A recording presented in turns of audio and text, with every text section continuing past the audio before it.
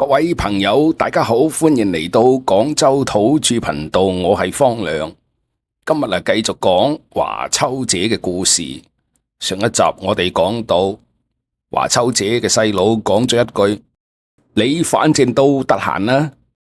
就係呢一句話徹底使到華秋姐真係徹底失望。華秋姐話佢開始執拾行李，做出要走嘅樣子。原來佢只係想嚇嚇屋企人，並冇打算真係走。後嚟跟住下面發生嘅事，使到華秋姐覺得唔走都唔得。喺繼續講華秋姐嘅故事之前，希望大家能夠訂閱點讚廣州土著頻道。我會繼續將喺我身邊發生嘅真實故事同大家分享。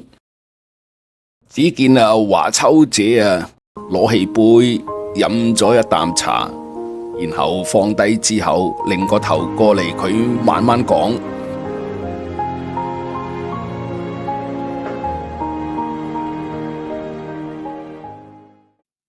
方亮，其實我阿媽喊嗰陣，我都覺得佢好可憐，但係我心裏邊又喺度諗。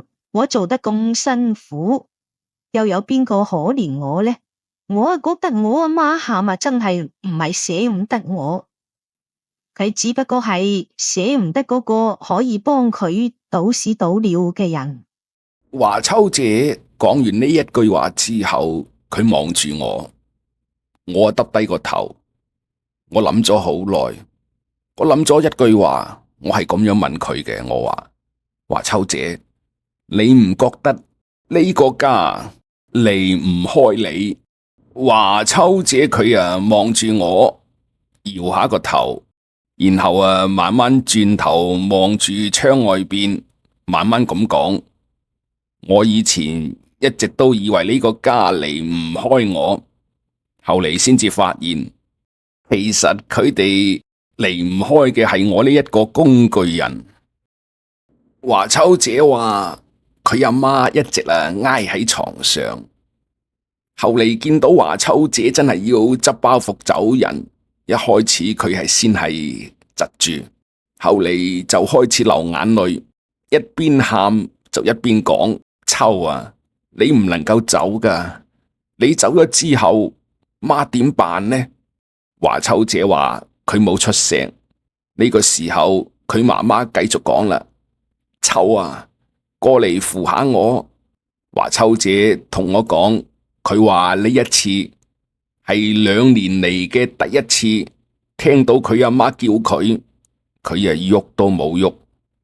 我同你講方亮，以前我阿媽一叫我嘅身體即刻有反應，好似條件反射一樣，就算喺半夜瞓到好冧都好啦，只要聽見一聲秋啊，咁我就即刻就成個人彈起嚟。但係嗰一次，我就係坐喺嗰度喐都冇喐，亦都冇出聲，亦都冇過去扶。呢個時候，我阿媽見到我唔理佢，個聲音開始有啲震震地。見到咁樣，我就擰轉頭對住細佬講：阿強，見到阿媽咁樣你都唔過去扶一下？呢個時候，阿媽亦都擰轉頭對住細佬講：阿強，快啲過嚟扶下我啦！點知你諗都諗唔到，我細佬企埋一邊皺住個眉頭，居然揞住個鼻哥。華秋姐講，佢細佬居然企埋一邊，皺住個眉揞住個鼻。佢睇咗一眼床上嘅媽媽，竟然佢會咁講噃。佢話：媽，你不如請個護工啦，你叫我搞呢啲嘢，我真係搞唔掂噶噃。華秋姐講到呢度，佢自己都笑啦，但係笑得特別心酸。華秋姐講，佢媽媽一下子就唔喊啦，成個人定咗喺度。佢終於發現啦，自己最心痛嘅嗰個仔，居然連行埋啲都唔願意，更加唔好話叫佢倒屎倒尿啦。華秋姐呢個時候啊，終於被激嬲啦，佢霎一聲企起身，指住細佬嘅鼻哥，佢啊大聲咁鬧啦，鬧得啊特別清楚噃。佢話：李華強，嗰間屋啊，你啊要咗啦，錢你又收咗啦，而家媽應該還翻俾你。從今日開始，你一個屎尿盆就由你負責。講完之後，華秋姐啊順手啊執起旁邊嗰個用咗2年嘅屎尿盆，嘭一聲掟喺地下上邊，一聲巨響，屎尿盆裏邊嗰啲咁嘅尿啊，擠到啊到處都係，成間屋啊即刻就係臭氣熏天。聽阿華秋姐講到呢度，我啊即刻忍唔住問咗一句：咁你啊真係唔做啦？華秋姐啊答得好爽快，佢話係啊，我係唔做啦，係決定咗唔做啦。然後佢啊繼續講佢嘅故事。當時我掟咗個屎尿盆之後，其實即刻都好後悔，覺得自己真係唔應該咁樣做。可能當時真係壓抑得太耐啦，我咁樣一掟，細佬啊嚇到啊即刻後退咗幾步。